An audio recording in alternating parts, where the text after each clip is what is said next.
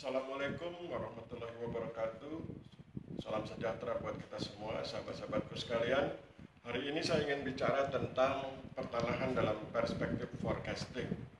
Saya ulangi, kita akan bicara tentang pertanahan dalam perspektif forecasting. Apa itu forecasting?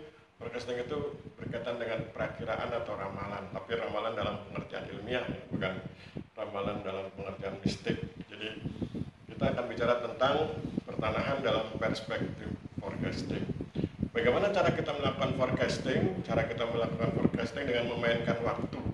Perhatikan waktu lalu, waktu kini, dan waktu yang akan datang. Saya ulangi, perhatikan waktu lalu, waktu kini, dan waktu yang akan datang.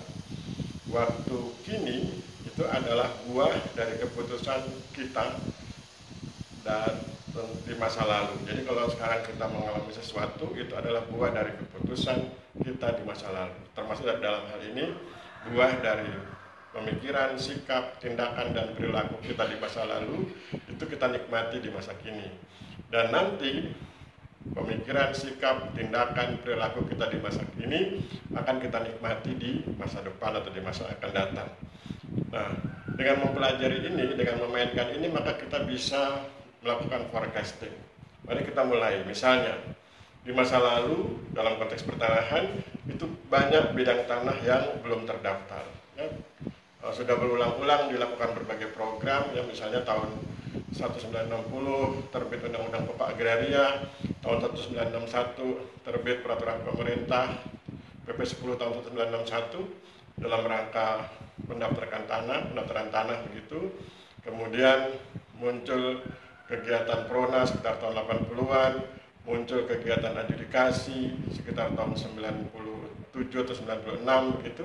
Kemudian muncul berbagai kegiatan yang bersifat percepatan, dan kemudian muncul tahun 2016 pendaftaran tanah sistematik lengkap, dan sekarang kita sedang berada di waktu ketika banyak wilayah, banyak provinsi, banyak kantor wilayah Badan Pertanahan Nasional yang sedang berupaya membangun provinsi lengkap.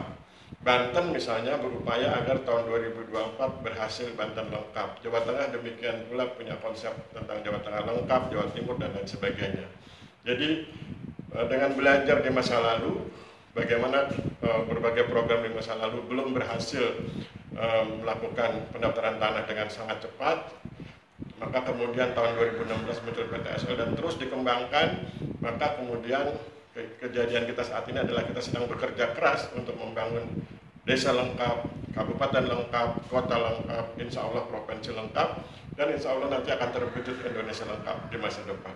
Nah, itu adalah bagian dari forecasting, bagian dari upaya kita memperkirakan apa yang akan terjadi di masa depan. Jadi forecastingnya, perkiraannya di masa depan dalam waktu yang tidak terlalu lama, mungkin sekitar 2024 atau 2025 akan terwujud Indonesia lengkap.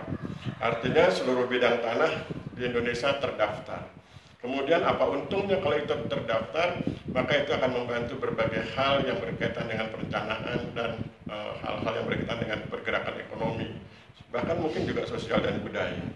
Kita lihat misalnya kalau terwujud Indonesia lengkap, itu akan mendukung land use, ya, bagaimana melakukan penataan ruang dan tanah, akan mendukung land development, ya, misalnya bagaimana melakukan pengembangan wilayah, bagaimana mengundang para investor, akan mendukung land registration, ya, sehingga pendaftaran tanah menjadi baik, transaksi berkaitan dengan tanah menjadi lebih mudah. Kemudian ada land values, yaitu ketika tanah punya nilai yang sangat tinggi dan kemudian itu bisa terlihat sangat transparan, sehingga kemudian lebih memudahkan bagi pemerintah atau negara untuk menentukan besaran pajak yang adil gitu.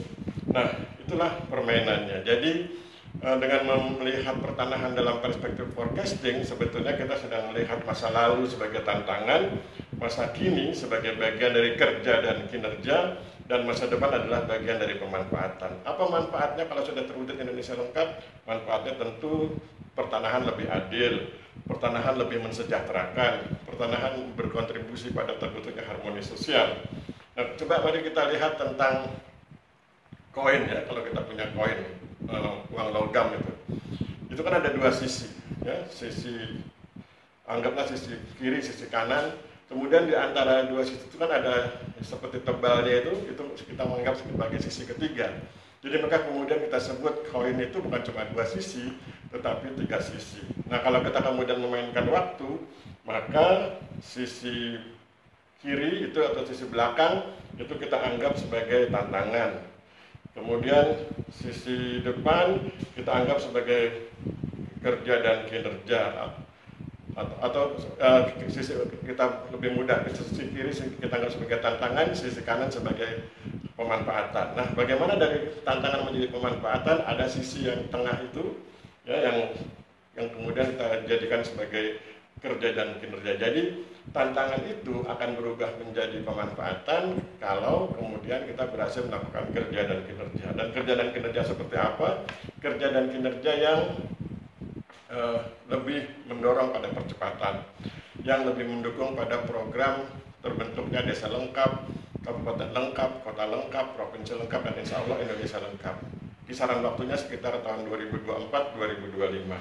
Nah, maka masa kini itu pilihan kita untuk mengerjakan sesuatu atau tidak mengerjakan sesuatu. Pilihan buat kita untuk mendukung desa lengkap atau tidak mendukung desa lengkap. Karena nanti muaranya adalah pada Indonesia lengkap. Nah, memang hidup itu pilihan, ya. Nah, ketika kita memilih, maka yang harus diperhatikan adalah eksistensi diri dan organisasi. Apakah kita dibilang eksis ketika kita tidak berkontribusi pada organisasi? Apakah organisasi kita disebut eksis kalau tidak berkontribusi pada perkembangan nasional, pada pembangunan nasional? Kalau kemudian Indonesia sedang berusaha untuk mewujudkan Indonesia lengkap tahun 2024-2025, maka apa kontribusi organisasi kita?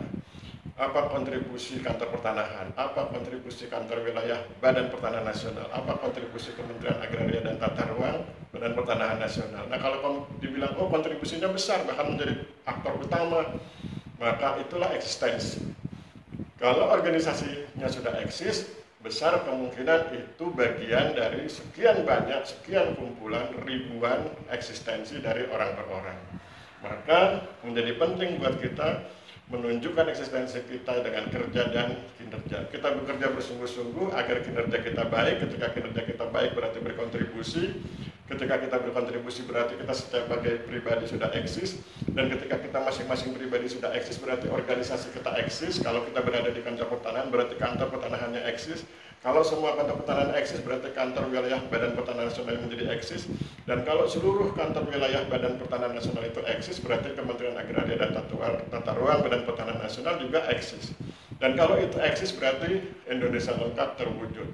Tahunnya 2024-2025, insya Allah. Nah, itulah yang kemudian menyemangati kita. Kemudian bagaimana dengan faktanya? Faktanya kita bisa lihat banyak. Di Magetan misalnya, bagaimana teman-teman di kantor pertanahan Kabupaten Magetan berusaha sungguh-sungguh untuk melakukan apa yang saya sebut sebagai transmisi nilai-nilai pertanahan.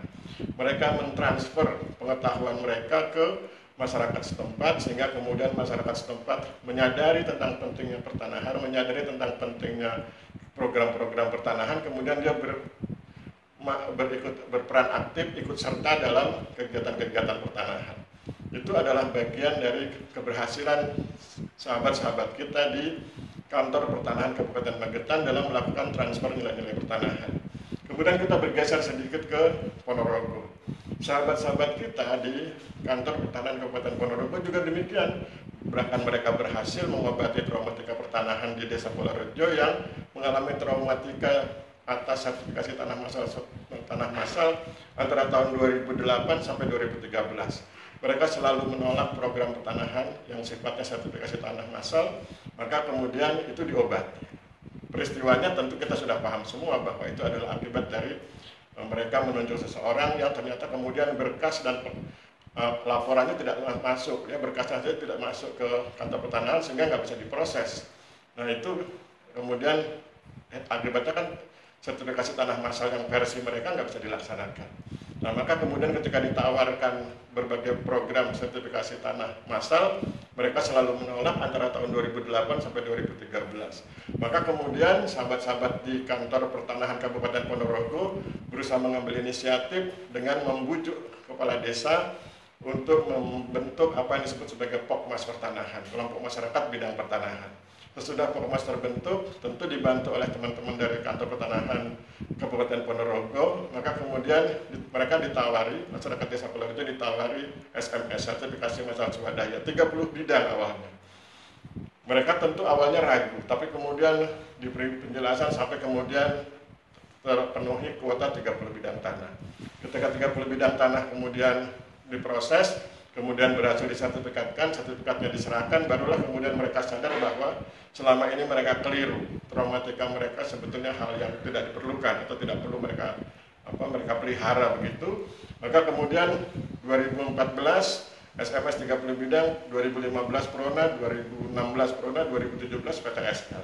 Jadi itu kan bagaimana kita lihat ikhtiar perjuangan sahabat-sahabat di kantor pertanahan Kabupaten Ponorogo. Kita bergeser sedikit, misalnya kemudian kita lihat di Madiun. Bagaimana teman-teman kita di Madiun berusaha mendorong pemetaan partisipatif. Yang mereka lakukan adalah membangun EP4 partisipatif, inventarisasi, penguasaan pemilikan, penggunaan, dan pemanfaatan tanah. Bagaimana caranya? Mereka melatih kepala dusun, Babin Kamtibmas dari kepolisian dan Babinsa dari TNI, kemudian bersama-sama dengan ketua RT, tokoh setempat, dan masyarakat menyelenggarakan apa yang disebut sebagai IP4T partisipatif, inventarisasi, penguasaan, pemilikan, penggunaan, dan pemanfaatan tanah partisipatif. Dan itu berhasil. Kemudian itu datanya itu atau petanya kemudian bisa digunakan untuk PTSL, yang kemudian IP4 partisipatif juga bisa digunakan untuk land use, land development, land registration, dan land values. Kemudian kita bergeser sedikit ke Grobogan, mereka lebih serius lagi bagaimana menangani sertifikasi tanah massal dalam rangka seperti yang tadi saya bilang, desa lengkap, kabupaten lengkap, kota lengkap, provinsi lengkap, insya Allah Indonesia lengkap. Kabupaten Grobogan atau teman-teman sahabat-sahabat kita di kantor pertanahan Kabupaten Grobogan sejak 2014 sudah menyiapkan skenario untuk itu. Ya, pada akhirnya kemudian mereka berhasil mendorong masyarakat melakukan apa yang kemudian disebut sebagai peta partisipatif yang kemudian wujudnya berupa peta tematik bidang tanah. Itu teman-teman di Kabupaten Ponorogo. Kemudian di Kendal juga demikian. Di Kendal itu mereka melihat kekuatan di dalam dulu, jadi mereka lakukan berbagai optimasi di dalam, SDM-nya, infrastrukturnya, anggarannya, dan lain sebagainya. Kemudian mereka berinteraksi keluar dengan memberi bekal pada petugas lapangan, kewenangan, pengetahuan, dan bekal untuk berinteraksi dengan masyarakat. Sehingga kemudian akhirnya di dalam kuat, di luar terkomunikasikan dengan baik, kemudian berhasil direkrut, berhasil dipersuasi masyarakat, diedukasi agar kemudian bersedia berpartisipasi dalam kegiatan pertanahan, dan akhirnya juga kemudian bisa memperlancar kegiatan pendaftaran tanah sistematik lengkap. Demikian juga baru-baru ini saya ke Klaten, di Klaten juga begitu. Mereka sangat semangat, misalnya kemudian tahun ini di Klaten sebetulnya sudah disiapkan 81 desa lengkap tahun 2021. Saya ke sana bulan Maret ya, jadi bulan Maret akhir.